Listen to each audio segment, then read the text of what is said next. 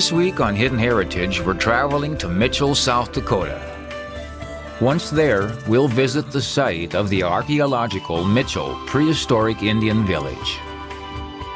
It resides on a 6-acre site overlooking the west bank of Lake Mitchell. And it gives us a clue as to what life was like in this region more than 1,000 years ago.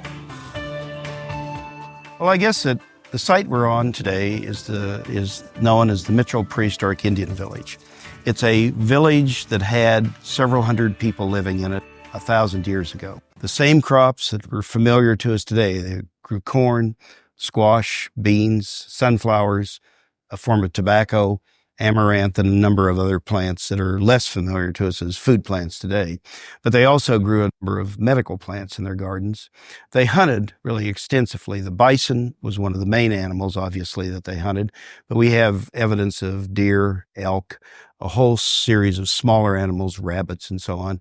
They kept dogs, which were beasts of burden and so on for them. And they also took waterfowl because this is a major migratory flyway in the United States and has been for the last 12,000 years or so. They fished, collected freshwater clams and so on, and then, collected wild plants and so on. So it was a community, like I say, of probably a couple hundred people.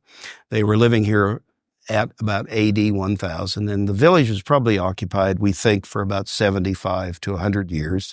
And then the people relocated to the next major drainage system. And the way we believe this was going on is that people came out here from the east. They brought seeds with them from these big centers over on the Mississippi River. And gradually coming out here onto the grasslands, they found a very different kind of a life way. The way we think people moved across these landscapes. Some years ago, we did some excavations on sites along the Big Sioux River, and we pick up some villages over there that are the same people just about 100 years earlier.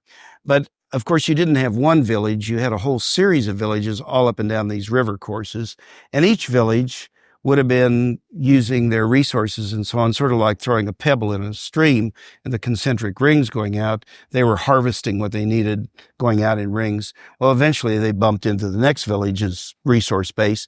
And the thing that they were depleting here that was interesting was the timber. Because as they built these lodges, they used a tremendous amount of timber to build the lodges, the fires they would have had and so on. So eventually what you find is sort of an abandonment period. You get this abandonment, and they move on to the next river system. So it's kind of a leapfrogging effect where you go from river system to river system. Well, one of the myths, of course, is that, these villages were being abandoned because of the warfare and this and that. Well, I don't think so at all. I think it's a very logical explanation that they were exploiting the resources to the point where those resources were becoming depleted. They would have had to go too far to get them. So it was easier just to move to the next river drainage system. So we find, again, the whole series of villages established along the James River. And of course, when this village was occupied, the backdrop that everyone's seeing today of the lake is not that they had lakefront properties. There's actually a creek valley here in which they farmed along the floodplain of the creek. And this lake is an artificial object of the WPA where they built a dam and created a lake for the city of Mitchell. But so in any case, these people would have been farming along these creek valleys and on the river system. And like I say, after a certain period of time, they moved to the next river system. We have volcanic glass that they were using to make some of their stone tools that comes from Yellowstone. So, I mean, there's this tremendous trade network that was throughout North America into Central and South America that went on for thousands and thousands of years. And when the Europeans first came into the area and contacted people and then sort of set up the fur trade and so on, all they were doing was tying into an already long existing process of trade and contact and exchange of ideas and so on. So it would have been, again, a farming village out here. This site covers about 6 acres of land. We think that in total, during its occupation period, there may have been up to 80 of the earth lodges here that the people constructed. And the earth lodges were really quite large. They were about 20 by 40 feet. They were rectangular. And out here on the northern plains, as anybody that's ever been on the northern plains knows, there's a prevailing wind, especially in the winter, that's always from the northwest. Always. For the last 12,000 years, it's been from the northwest. So these people understood that, so they built the entryway to their lodges facing to the southeast. But these lodges were perfectly adapted to this climate. I mean, had thick earthen walls, heavy timber uprights. They were really quite, bigger house than I've gotten back where I live, So in any case, and we think, again, whenever the information we have about as far as how you figure population numbers, we take a lot of the historic accounts of the contacts with the villages with different people like the Lewis and Clark expedition and so on. At that time, many of the villages had maybe 10 to 15 people living in one of these lodges.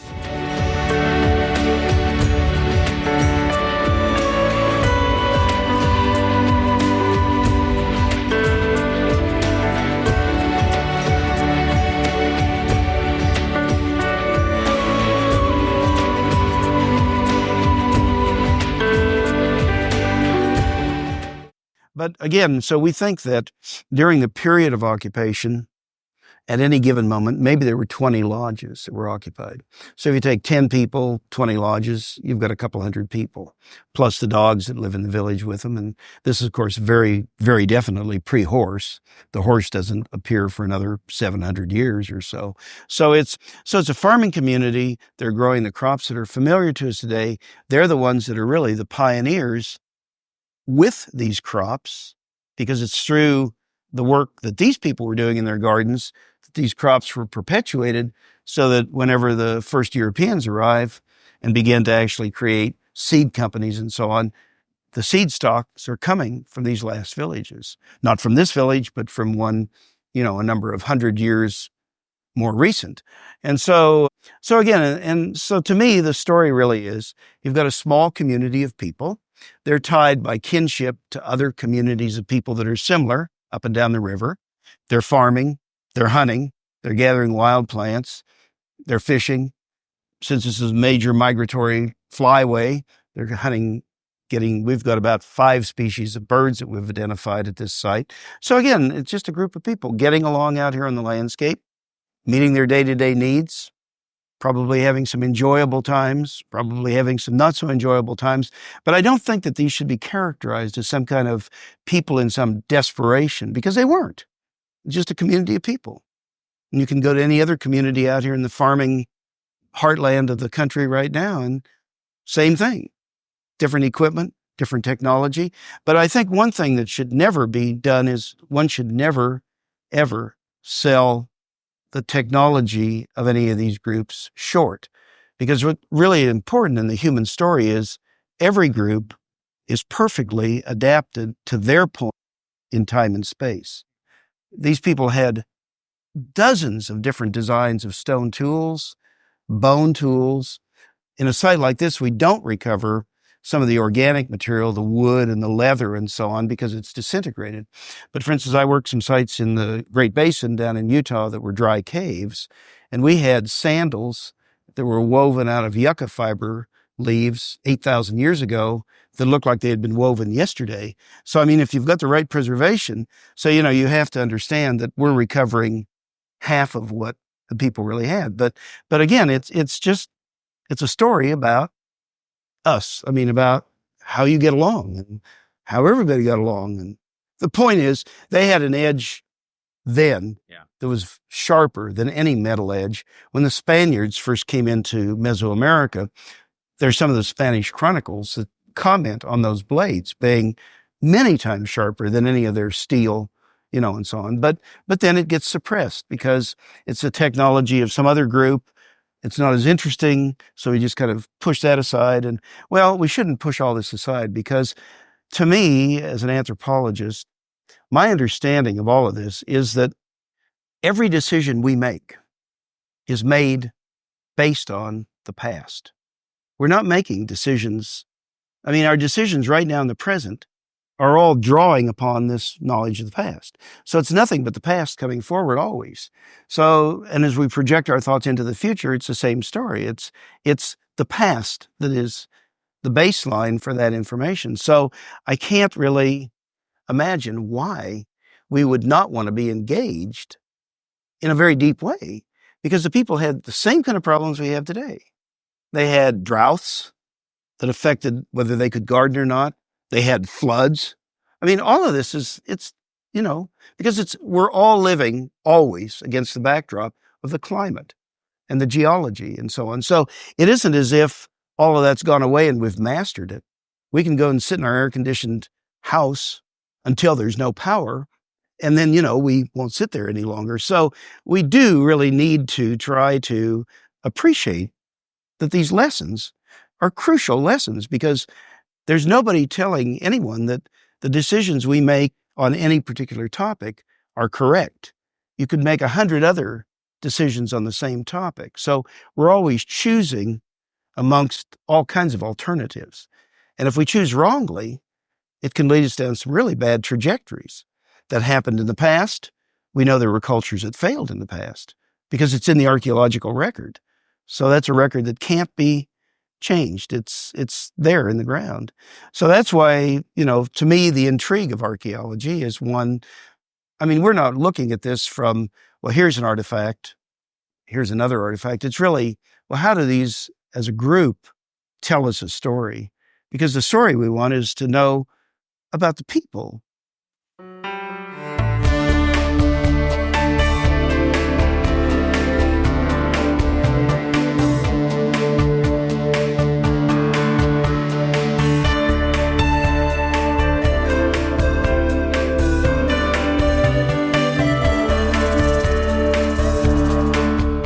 This site is a National Register, National Landmark site.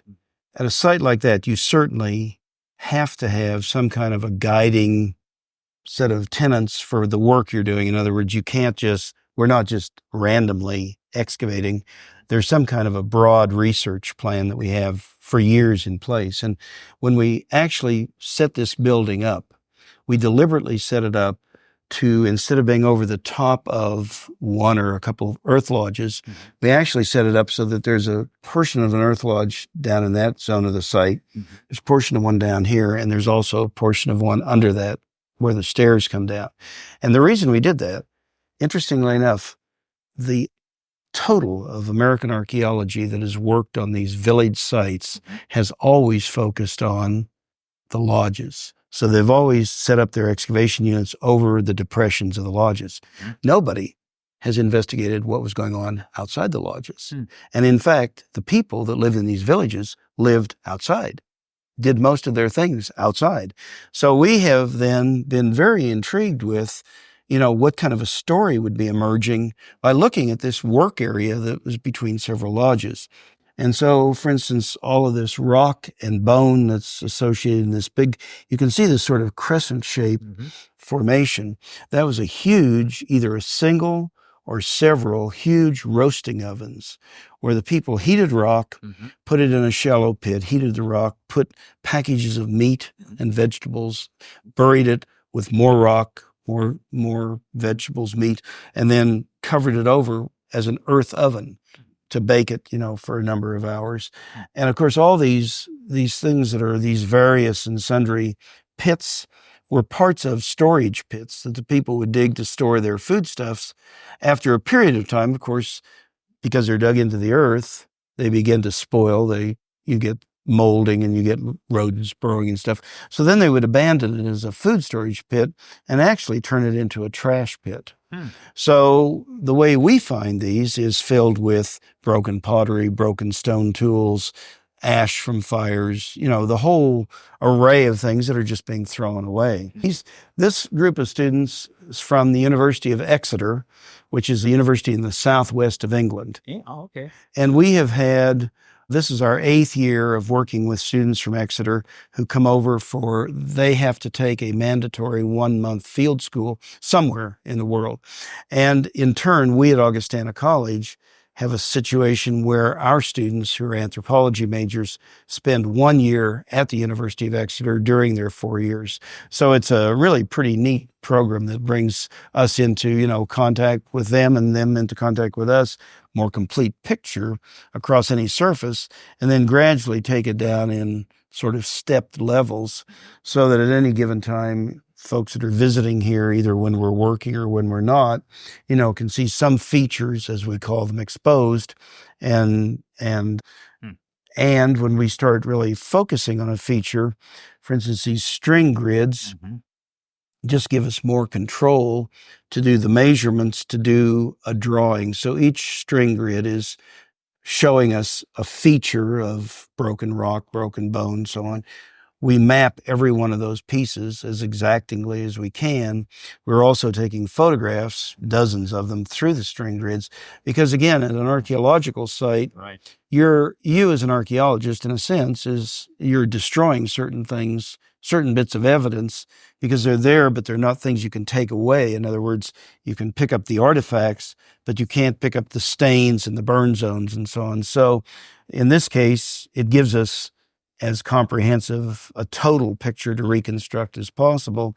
And by taking continual measurements on these surfaces and on exact, specific artifacts and so on, it allows us to put that material into computer programs that today are beginning to image it in sort of a three-dimensional type of. So you're looking across a zone, and again, the whole point of, or the underlying point of archaeology is that material, the deeper you go through deposits, the older or the earlier the material is. So again, we're kind of looking at zones of occupation through time. So when the people walked away from here 1,000 years ago, they were basically walking on the surface that is this ground surface you see today. Everything that's below that were events that happened in the years preceding that the people, lived here. So I know that we get kidded a lot about, well, so you guys are nothing but glorified trash people? And say, yeah, right. Well, I mean, granted, in today's world, we're going to have more trouble because the Dempsey dumpster man comes around on a weekly basis and hauls it away, throws it somewhere, so it becomes, not much of a story that you can tell. But here, the people would drop things and just discard them and so on. And so they were sort of living amongst their bits and pieces. Well, but the thing is about the archaeological record, the story, it's an incomplete record to start with, because every day that we live, we do all kinds of things from when we get up in the morning to when we go to bed at night, and we drop things that are part of those activities. But the whole activity is not captured. I mean, it's just a part of the activity. Well, then you bury it, and then you have 1,000 years go by and things disintegrate and burrowing animals burrow through the area. And when I came out here and started working here back in the early 80s, they had allowed large trees to grow up across the site. Well, the first thing I said was, well, cut all the trees down. And these people were horrified. They said, aren't you one of those tree huggers? What are you doing? And I'm saying, the tree roots below the ground are doing this. And so they're destroying our evidence. So we have to cut the trees down. I mean, I didn't feel good about that. But I mean, again, so this stuff gets displaced to some degree, but ultimately the control that we're trying to exercise over it gives us a pretty good handle on how each piece relates to each other piece. And again, it is an artifact. Somebody could bring me a whole bag of artifacts, dump it on my desk and say, what can you tell me? And I'd tell them, not much. Mm-hmm. Individual piece, I might say, well, this dates to some time or another, but I can't tell you how that piece was in relationship to the other pieces. Whereas in a site like this, you can see where they cooked a meal, or you can see where they made a pot, or you can see where they made a stone tool. So it's. Can we walk down there? Yeah, of course. I'll follow you down there, and maybe you can. One of the things that we might look at, as long as we're starting over here, is you can see that there's quite a distinct color difference right on that surface. Yeah.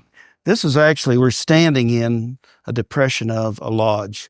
That would have been the north wall of the lodge, and the lodge actually burned.